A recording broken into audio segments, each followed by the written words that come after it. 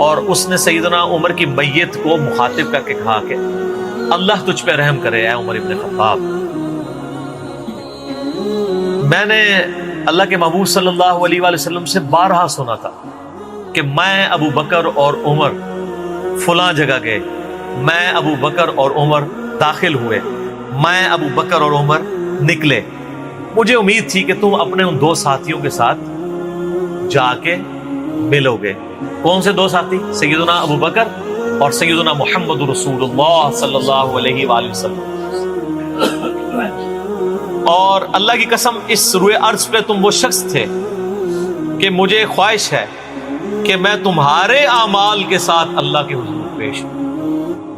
ظاہر ہے اتنا بڑا عروج سر، انسانی تاریخ کا سب سے بڑا ریولوشن نبی علیہ السلام کا، اس کی ایپیکس سیدنا عمر کے دور میں ہوئی ہے، اور یہ اللہ کا معجزہ ہے۔ نبی علیہ السلام کی مبارک زندگی میں انقلاب آتا نا تو اس طرح کے تو بہت لیڈر پہلے بھی آئے تھے جنہوں نے اپنی زندگیوں میں انقلاب لے کے آئے تھے۔ یہ معجزہ یہ تھا کہ وہ شخص دنیا سے چلا گیا، ہزاروں اس کے ماننے والے مرتد ہو گئے عرب قبائل، اور چند مخلص ساتھی ساتھ ہیں، اس کے باوجود اللہ نے رومن اور پرشین امپائر الٹوا دیے۔ کتنا بڑا معجزہ ہے۔ اگر نبی علیہ السلام اپنی مبارک زندگی میں کر جاتے، وہ تو سکندر اعظم بھی کر گیا، بعد میں چنگیز خان نے بھی کیا، بڑے بڑے لیڈر آئے۔ یہ ڈفرنس، ایک یہ ڈفرنس، اور دوسرا ڈفرنس یہ کہ نبی علیہ السلام نے اپنی وفات کے بعد 10 سال بعد، 20 سال بعد، 30 سال بعد، 50 سال بعد، ایون 500 1000 سال بعد ہونے والے واقعات کو بھی بیان فرما دیا کہ یہ ہوگا۔ آج تو ہم تاریخ میں دیکھ سکتے ہیں کہ وہ سب کچھ ہوا ہے۔ اگر آپ کو شوق ہو تو دلائل النبوہ امام بیہقی کی کتاب ہے، 3500 حدیث پہ، 5ویں صدی ہجری میں لکھی گئی ہے۔ اس میں 500 سال میں جو نبی علیہ السلام کی پروفیسیز پوری ہوئی ہیں نا، منوان اسی طریقے سے موجود ہے۔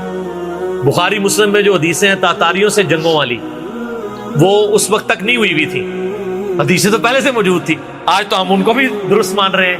ٹھیک ہے، نبی علیہ السلام نے پریڈکشن کی تھی کہ عنقریب کیسر روم ختم ہوگا، قیامت تک کوئی کیسر نہیں ہوگا، بخاری مسلم کی حدیث ہے، اور دیکھ لیں قیامت تک کوئی کیسر نہیں ہوا۔ عنقریب پرشین امپائر ختم ہوگی اور قیامت تک کوئی کسرا نہیں ہوگا۔ آج دیکھ لیں 1400 سال ہو گئے ہیں سر۔ یہ اسی طریقے سے ہے کہ میں کہوں کہ عنقریب امریکہ اور رشیا ختم ہو جائیں گے ود ان فیو ایئرز، اور قیامت تک کبھی ان کو پاورز نہیں ملیں گی جو کہ ابھی پاور ہیں اور جن کی صدیوں سے چل رہی ہیں، اور وہ پھر پاور بھی ان لوگوں کے ہاتھوں ہوئی ہیں کہ جن کے پاس اسلحہ بھی نہیں تھا ان کے سے لڑنے کے لیے، مین پاور بھی نہیں تھی ان کے لیول کی، الٹوا دی اللہ تعالیٰ نے۔ تو سیدنا علی نے کہا کہ یعنی ابن عباس کہتے ہیں کہ حضرت عمر فاروق رضی اللہ تعالیٰ عنہ کی میت پہ یعنی یہ کلام وہ جو شخص میرے یعنی کندھے پہ کونی رکھ کے کر رہا تھا نا، تو میں نے جب اس کو مڑ کے دیکھا تو وہ علی بن ابی طالب تھے جو سیدنا عمر کے بارے میں یہ کلمات کہتے تھے۔ تو یعنی ان لوگوں کی للہیت تھی کہ وہ تعریف کیا کرتے تھے، کوئی آر محسوس نہیں کیا کرتے۔ اور آپ دیکھیں سیدنا عمر کی بھی کتنی محبت تھی سیدنا علی سے کہ جب کبھی بھی فارن ٹور پہ جاتے تھے اپنی جگہ حضرت علی کو خلیفہ بنا کے جاتے تھے، کیونکہ نبی علیہ السلام جب تبوک پہ گئے تھے تو سیدنا علی کو چھوڑ کے گئے تھے، بخاری مسلم میں آتا ہے۔ حضرت علی رو پڑے، پہلا اور آخری موقع تھا کہ جنگ میں نہیں گئے، تو فرمایا تم اس پہ راضی نہیں ہو، تمہاری میرے ساتھ وہی نسبت ہے جو ہارون کی موسیٰ کے ساتھ، مگر میرے بعد کوئی نبی نہیں۔ تو حضرت عمر اس سنت میں عمل کرتے تھے، جب بھی وہ جاتے تھے، جب بیت المقدس فتح ہوا چابیوں کے لیے انہوں نے بلایا، سیدنا علی کو اپنی جگہ چھوڑ کے گئے، اس سنت پہ عمل کیا کرتے۔ اور یہ بات شیعہ کے ہاں بھی ملتی۔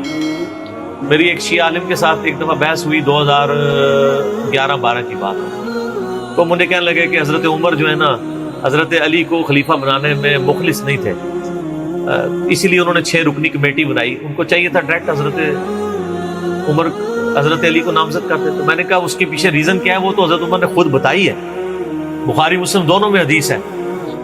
ابن عمر کہتے ہیں جب حضرت عمر کو زخم لگا اور اب ہمیں یقین ہو گیا کہ وہ جانور نہیں ہوں گے، کھاتے تھے تو انتڑیاں کٹ چکی تھی، یہیں سے وہ سب کچھ نکل جاتا تھا، تو ہم نے عرض کیا کہ اپنا خلیفہ کسی کو نامزد کر دیں۔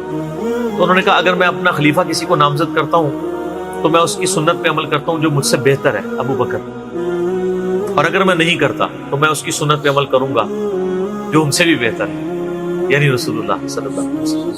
ابن عمر کہتے ہیں جب میں نے حضرت عمر کی یہ بات سنی نا تو مجھے سمجھ آ گئی کہ اب حضرت عمر کسی کو نہیں بنائیں گے، کیونکہ وہ ہمیشہ ہر معاملے میں نبی علیہ السلام کی سنت کو پرائورٹی دیتے تھے، اور وہی ہوا کہ انہوں نے کہا کہ میں 6 رکنی کمیٹی بنا رہا ہوں، بخاری کے اور مسلم کے الفاظ ہیں کہ میں اپنے بعد اس امر خلافت میں ان 6 بندوں سے زیادہ کسی کو اہل نہیں سمجھتا جن سے رسول اللہ صلی اللہ علیہ وآلہ وسلم اپنی وفات تک راضی رہے.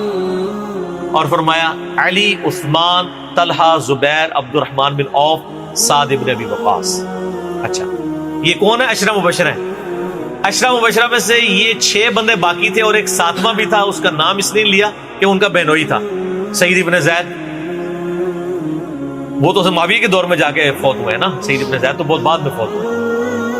اور اسی بخاری میں الفاظ ہیں کہ عبداللہ بن عمر کو مشورے میں ضرور شامل کرنا لیکن اس کو کوئی خلیفہ نہ چنے، اور کہا کہ سعد ابن ابی وقاص پہ اگر تم متفق ہو جاؤ تو اسے خلیفہ چن لینا، اور میری اس بات کو دلیل نہ بنانا کہ میں نے اسے معزول کیا تھا پرشین امپائر کی گورنری سے.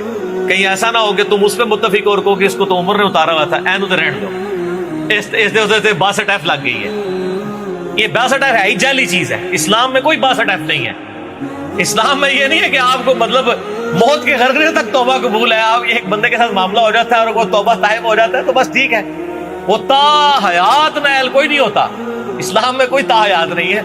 اللہ تعالیٰ کے ساتھ گستاخی کرنے والے کے لیے بھی جامعہ ترمذی میں حدیث ہے کہ موت کے غرغرے تک جو ہے وہ توبہ کا دروازہ کھلا ہوا ہے، موت کے غرغرے سے پہلے. تو 62 نہ لگا دینا اس پہ. وہ ایک معاملہ تھا، وہ حضرت عمر کسی کو 4 سال زیادہ گورنر رہنے نہیں دیتے تھے، انہوں نے ان کو ہٹا دیا.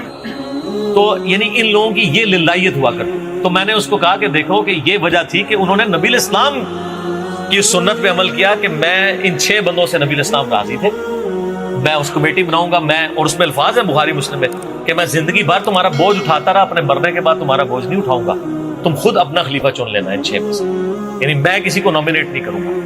دوسرا میں نے اس شیعہ عالم سے یہ بات کی کہ حضرت عمر اتنے بڑے رسک کے اوپر تھے کہ جس نے پوری دنیا کو الٹ دیا ہے، اور وہ چند بندے لے کے رومن اور پرشین امپائر کا وزٹ کر رہا ہے، کوئی بھی قافلہ ان پہ حملہ کر کے ان کو شہید کر سکتا تھا. اور اگر خدا نہ خواستہ اس دوران وہ شہید ہو جاتے تو حضرت علی آٹومیٹکلی خلیفہ ہوتے کیونکہ ان کو چھوڑ کے گئے ہوئے تھے. یہ ان کا اخلاص تھا. پھر سیدنا عمر نے حضرت علی کو چیف جسٹس لگایا ہوا تھا حجاز کا. چیف جسٹس آج کل نہیں سنبھالا جا رہا، اور اس زمانے میں جب اسلام کا دور دورہ ہو، عدل کا نظام ہو، اور تینوں جو زہد کے امام تھے نا، حضرت عمر نے ان کو چیف جسٹس لگایا تھا. رومن امپائر گری، اصحاب صفہ میں سے ابو درداء کو لگایا، سب سے غریب ترین صحابی، یہ ان کا کرائٹیریا تھا. ابو سفیان، بڑے بڑے لوگ جو اینڈ پہ مسلمان ہوئے، یہ لائنیں بنا کے کھڑے رہتے تھے. حضرت عمر ان کو نہیں ملتے تھے جب تک باقیوں سے فارغ نہ ہو جائے. وہ کہتے تھے ہم سردار، ان کا نہیں، تم اسلام میں بعد میں آئے ہو.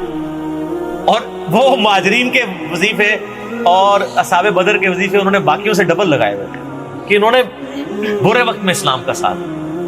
اور پرشین امپائر گری، عبداللہ ابن مسعود، زہد ترین صحابی، زہد کے امام، ان کو وہاں پہ چیف جسٹس لگایا. اور حجاز کے اندر سیدنا علی کو لگایا. اور اس سے بھی بڑھ کے سیدنا علی بن ابی طالب کی ایک بیٹی ہے ام کلثوم، سیدہ فاطمہ سے ان کا رشتہ مانگا سیدنا عمر کہ میرا اہل بیت رسول کے ساتھ رشتہ بنا. صحیح بخاری میں بھی اس کا ذکر اشارتاً موجود ہے ام کلثوم کا.